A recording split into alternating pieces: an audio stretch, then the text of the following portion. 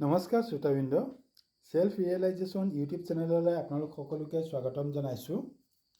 আজি আমাৰ এই ভিডিঅ'টি হৈছে বিশেষকৈ উঠি অহা যুৱ বন্ধু বান্ধৱীসকলৰ কাৰণে বা উঠি অহা যুৱক যুৱতীসকলৰ কাৰণে।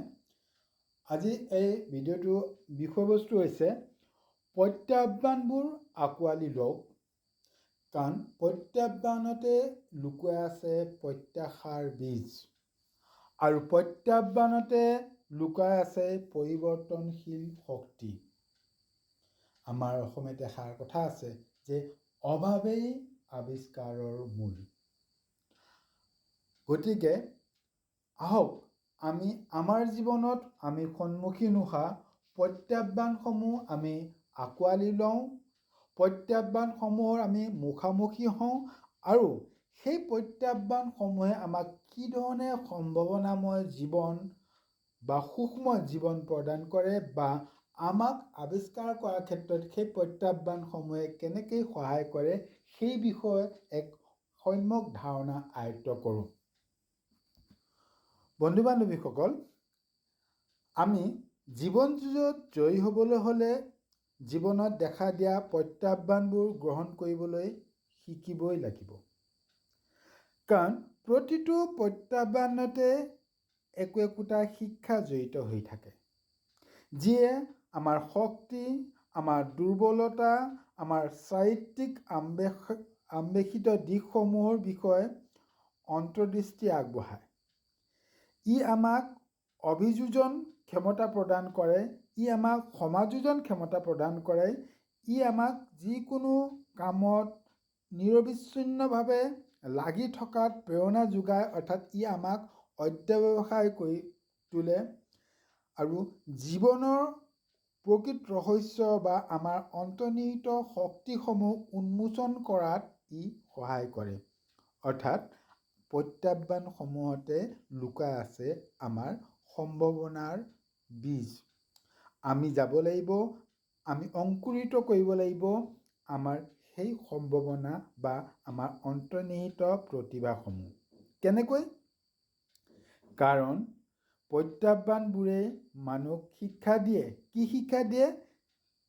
সেই শিক্ষা দিয়ে যি শিক্ষাই জীৱনত দেখা দিয়া সমস্যাসমূহ সমাধান কৰি কিদৰে আমাৰ জীৱন যুঁজত জয়ী হ'ব লাগিব বা আমাৰ জীৱন কিদৰে আমি আগুৱাই লৈ যাব পাৰোঁ সেই কথা এজন প্ৰত্যাহ্বানৰ সন্মুখীন হোৱা ব্যক্তিজনেহে বুজি পায়। অৰ্থাৎ পৰিস্থিতি আৰু পৰিৱেশ নহালৈকে কোনো ব্যক্তিয়ে কি পৰিৱেশ বা পৰিস্থিতি আহিলে মই কি কৰিম সেই সম্পৰ্কে আগতীয়াকৈ থিৰাং কৰি ল'ব নোৱাৰে বা কৰাৰ ক্ষেত্ৰত সম্পূৰ্ণৰূপে অক্ষম। গতিকে প্ৰত্যাহ্বানে আমাক মনটোত স্থিতিস্থাপকতাৰ শিক্ষা দিয়ে। আচলতে কি জানে বন্ধু বান্ধৱীসকল, প্ৰত্যাহ্বানবোৰে আমাৰ ব্যক্তিগত বিৱৰ্তনত অনুঘটক হিচাপে কাম কৰে। প্ৰত্যাহ্বানবোৰে আমাক আমাৰ সম্ভাৱনীয়তাৰ গভীৰতালৈ যাবলৈ আহ্বান জনায়।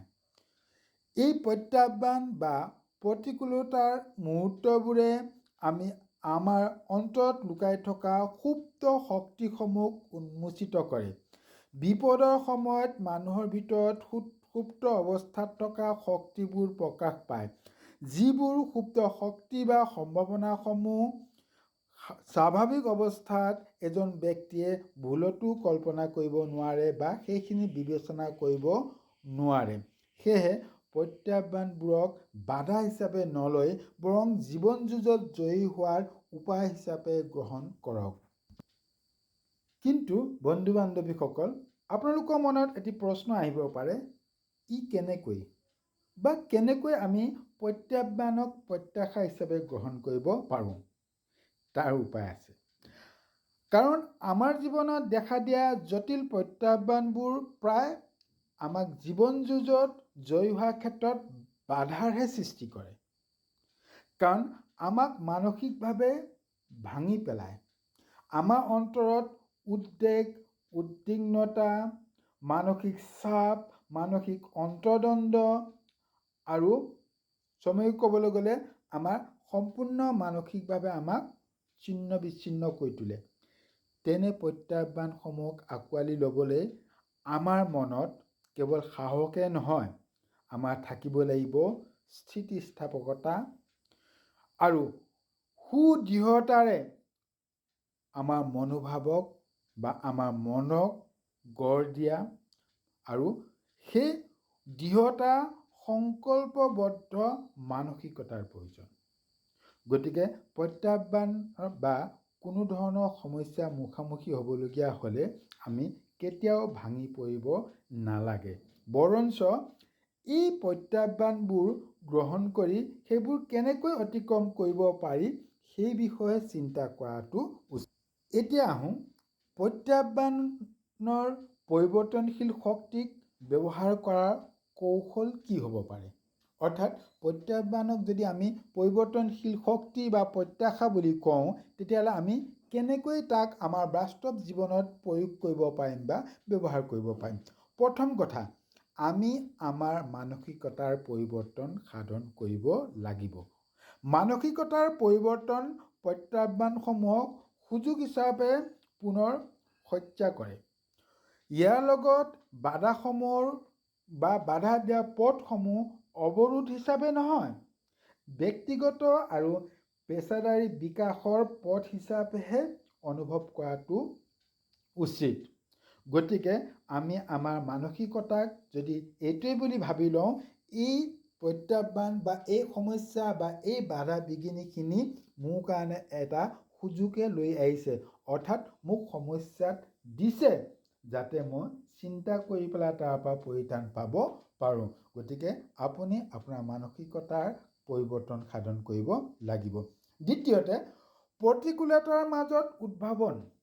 দ্বিতীয় কৌশল, আপুনি যেতিয়া মই আৰম্ভণিতে ক'লোঁ যে অভাৱেই আৱিষ্কাৰৰ মূল। যেতিয়ালৈকে আমি অভাৱ অনুভৱ নকৰোঁ, যেতিয়ালৈকে আমি প্ৰয়োজন অনুভৱ নকৰোঁ, তেতিয়ালৈকে তাৰ অনুসন্ধান সেই বিষয়ে যিটো বস্তু আমাৰ প্ৰয়োজন আছে সেই বস্তু যেতিয়ালৈকে আমাৰ অনুভৱ নহয়, তেতিয়ালৈকে সেই বস্তু বিচাৰি আমি হাবিয়াস নহওঁ বা সেই বস্তু বিচাৰি আমি অনুসন্ধান নকৰোঁ। গতিকে প্ৰত্যাহ্বানে আমাক নতুন উদ্ভাৱনত সহায় কৰে। প্ৰত্যাহ্বানসমূহে উদ্ভাৱনৰ সূচনা কেনেকৈ কৰে? ইয়াৰ বাবে সৃষ্টিশীল সমাধানৰ প্ৰয়োজন হয়, যিয়ে ব্যক্তিক চিন্তা কৰিবলৈ প্ৰেৰণা দিয়ে আৰু পৰিৱৰ্তনৰ পথ প্ৰদৰ্শন কৰে। অৰ্থাৎ যেতিয়া আমাৰ ওপৰত আমাৰ কোনো ৰাস্তা নাই, সকলো ৰাস্তা যেতিয়া বন্ধ হয়, তেতিয়াহে আমাৰ বিবেকৰ ৰাস্তা মুকলি হয়। তেতিয়া আমি কিন্তু বাচিবৰ কাৰণে তাৰ পথ উলিয়াম। ধৰি লওক কোনোবা হঠাতে এডোখৰ দ খাৱৈত বা পুখুৰীত পৰিলে, তেওঁ যেতিয়া জানে মোৰ ইয়াত কোনো গত্যন্তৰ নাই, তেতিয়াহ'লে তেওঁ ওপৰজুপৰি নিজৰ হাত ভৰি চলাব, যাৰ ফলত তেওঁ হয়তো পানী অতিক্ৰম কৰি পেলাই তেওঁ ওপৰলৈ উপঙিবলৈ সক্ষম হ'ব পাৰিব। অৰ্থাৎ সেইটোৱে যদি আমি উদাহৰণ হিচাপে লওঁ, বিপদত পৰিলেহে আমি তাৰ পৰা পৰিত্ৰাণ পোৱাৰ উপায় আমাৰ মনত উদয় হয়। গতিকে দ্বিতীয় কৌশল সেইটো। তৃতীয়, প্ৰত্যাহ্বানৰ জৰিয়তে আমাৰ ব্যক্তিগত বিকাশ সাধন কৰিব লাগিব। কেনেকৈ? বহু ব্যক্তিয়ে প্ৰত্যাহ্বানক আঁকোৱালি লৈ তাক ৰূপান্তৰিত বা আত্মপ্ৰকাশৰ সম্বল হিচাপে ব্যৱহাৰ কৰে। তেওঁলোকৰ যাত্ৰাত ব্যক্তিগত বিৱৰ্তনৰ ওপৰত প্ৰতিকূলতাৰ পৰিৱৰ্তনশীল প্ৰভাৱক চিহ্নিত কৰে বা প্ৰত্যাহ্বানপূৰ্ণ বা পৰিৱৰ্তনশীল বা প্ৰতিকূল পৰিৱেশটোক আমি অনুকূল পৰিৱেশলৈ ৰূপান্তৰিত কৰি ল'বলৈ সক্ষম হয়। গতিকে প্ৰত্যাহ্বানৰ জৰিয়তে আমি আমাৰ ব্যক্তিগত বিকাশ সাধন কৰিব পাৰোঁ। 4 নম্বৰতে আমি ক'ব পাৰোঁ প্ৰত্যাহ্বানৰ জৰিয়তে সাংগঠনিক বিৱৰ্তন। অৰ্থাৎ আমাৰ মনোজগতৰ সাংগঠনিক দিশটো আমি সুদৃঢ়, সুশৃংখলাবদ্ধ, স্থিতিস্থাপক কৰি তুলিব পাৰোঁ, সংকল্পবদ্ধ কৰি তুলিব পাৰোঁ। কাৰণ অশান্ত সময়ৰ মাজেদি কৰা মোকাবিলা পৰিৱৰ্তনশীল বিকাশ প্ৰদৰ্শন কৰে। অৰ্থাৎ আমাৰ পৰিৱৰ্তনশীল দিশলৈ বা আমাৰ মানসিক বিকাশৰ ক্ষেত্ৰত ই অনুপ্ৰেৰণা যোগায় আৰু প্ৰতিকূলতাই উদ্ভাৱন আৰু পুনৰ্গঠন আৰু বিকাশজনিত কৌশল আয়ত্ত কৰাত আমাক সহায় কৰে। গতিকে প্ৰত্যাহ্বানক আমি পৰিৱৰ্তনশীল শক্তি বুলি গ্ৰহণ কৰিব লাগিব আৰু ইয়াৰ ভিতৰত লুকাই থকা সম্ভাৱনাসমূহ চিনাক্ত কৰিব লাগিব, প্ৰত্যাহ্বানক ৰূপান্তৰৰ সুযোগ হিচাপে আঁকোৱালি লোৱা আৰু ব্যক্তিগত আৰু সামূহিক বিৱৰ্তনৰ দিশত আগুৱাই নিয়াটোৱেই হ'ল আমাৰ জীৱনৰ আটাইতকৈ সময়োচিত বা আটাইতকৈ উত্তম কৰ্ম। কিয়নো প্ৰকৃতিয়ে আমাকহে কেৱল মাত্ৰ জীৱশ্ৰেষ্ঠ মানৱকহে এটা বিচাৰ আৰু বিবেচনা কৰিব পৰা শক্তি আৰু সামৰ্থ্য দিছে, অৰ্থাৎ বিবেক দিছে। গতিকে আমি আমাৰ বিবেক প্ৰয়োগ কৰি পেলাই প্ৰতিটো প্ৰত্যাহ্বানক পৰিৱৰ্তনশীল শক্তি হিচাপে ব্যৱহাৰ কৰি প্ৰতিটো প্ৰতিকূলতাক মোকাবিলা কৰি বা মুখামুখি হৈ সেই প্ৰতিকূলতাৰ মাজতে আমি স্থিতিস্থাপকতা, উদ্ভাৱনীয়তা, আমাৰ সম্ভাৱনীয়তা বা আমাৰ অন্তৰ্নিহিত প্ৰতিভাসমূহ বিকশিত কৰি তুলিব পাৰোঁ আৰু আমাৰ বৃদ্ধি বা বিকাশমুখী মানসিকতাৰ তাৎপৰ্য আমি তেতিয়াহে অনুভৱ বা উপলব্ধি কৰিবলৈ সক্ষম হ'ম।